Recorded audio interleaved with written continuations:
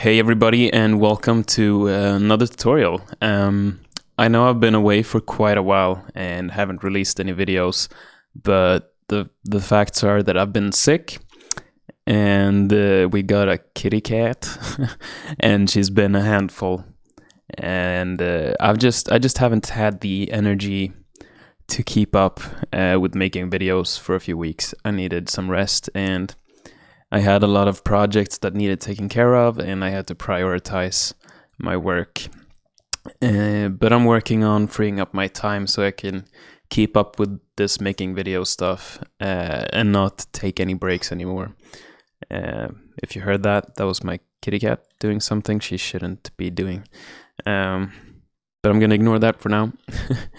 And so in this video, it's gonna be a little bit about pitch correction. I actually got the idea to make this video from a post yesterday where some person asked for advice on how you know when the pitch correction sounds professional enough.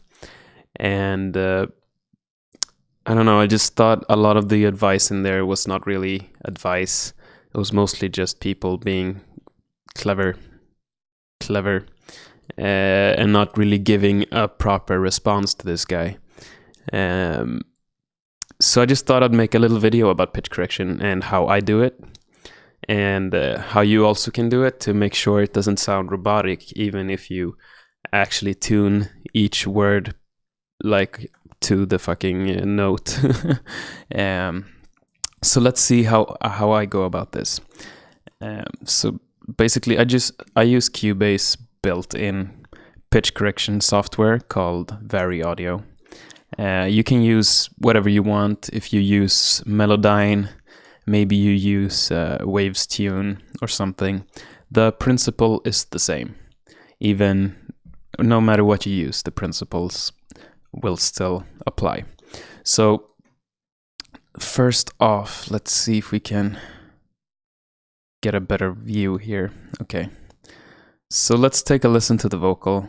This is not mixed or anything, so this is what it sounded like right after the recording.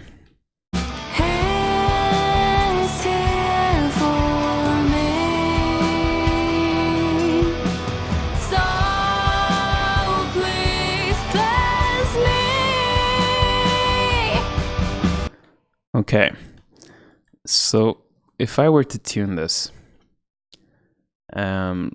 I would probably, what I like to do when I tune is basically, I think actually I've really quickly tuned these, so let's see if I can reset this. Yeah, I did some slight tuning here. So what I usually do is, if you look here, it goes up from the other note to the note that I want to change. What I do is I cut off this little transition part, like so, and you keep this where it is, and you just move this little thing, which is the actual note, because this is the transition going from this note to that note. And if you move this one, in this case, it might not actually sound very unnatural, but if it's a more drastic tuning where you go from, let's say the note was here, but you need it to be up here or here. If you move the transition as well, that's when you'll get the robotic auto-tune sound, which you don't want. So here too, you can see that the transition starts here. But this note is supposed to be there probably. And sometimes I cut them up in many pieces to get a more accurate tuning. Let's listen here.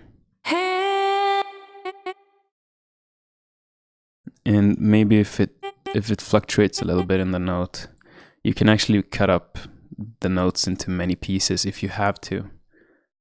Sometimes you don't have to, and it's very genre specific, and also up to preference, how hard you want to tune your vocals. I like them to be very very much in tune. Especially when I have a lot of harmonies in the song, which I do here.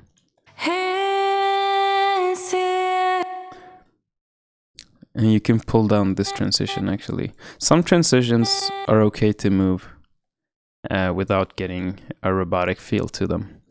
It all depends on how drastic the move is. Like, for example, if the transition was supposed to be up here,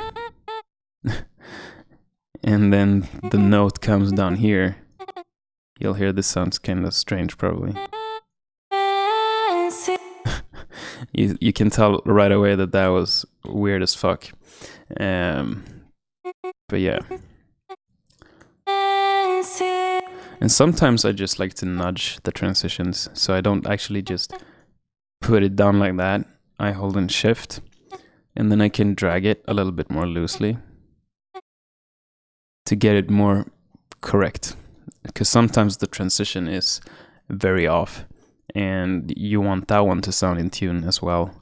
But you should not move it too hard or too much, because yeah, that'll make it sound like you don't want it to sound, unless you're creating some sort of auto-tune based sound for your vocal. But then you would also probably want to do something like in this very audio, it's called just straight and curve, and it sounds very robotic.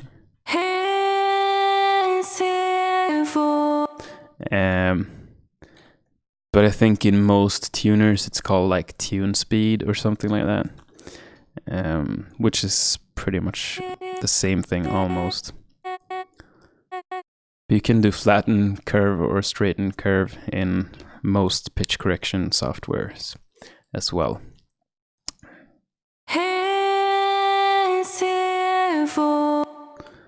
And if you think that sounds unnatural, you could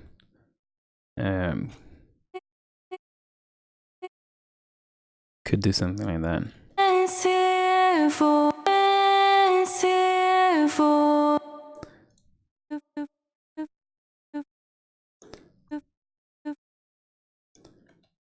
And here you could cut off the transitional part.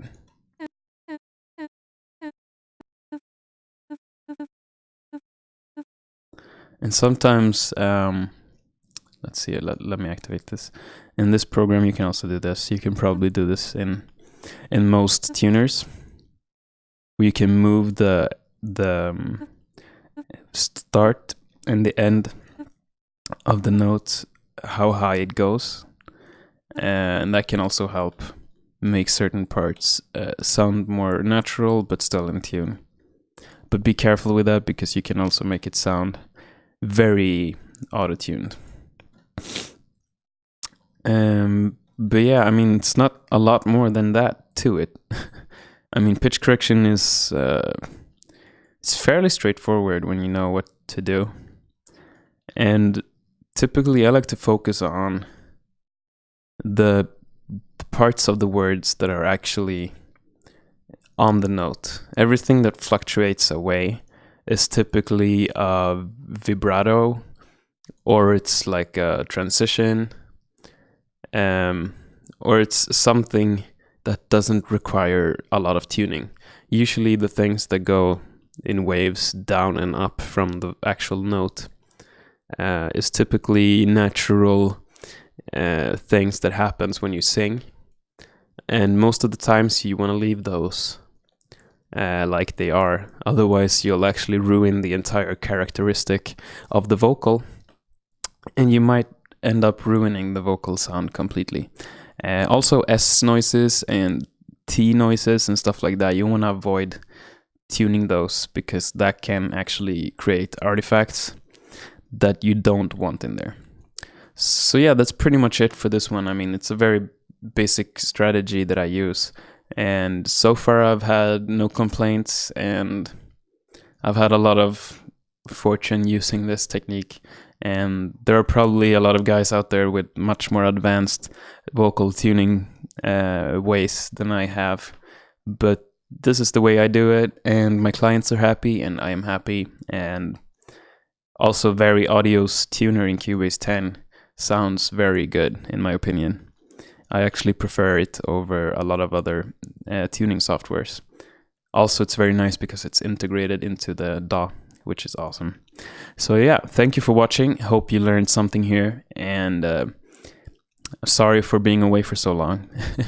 I'm gonna try to come back. I also have a lot of videos ready that I will upload very soon. Part of my mini course and stuff there's already on YouTube. Still a bit sick, sorry. So yeah, see you in the next one. Take care for now, and have a great day. Okay, bye bye.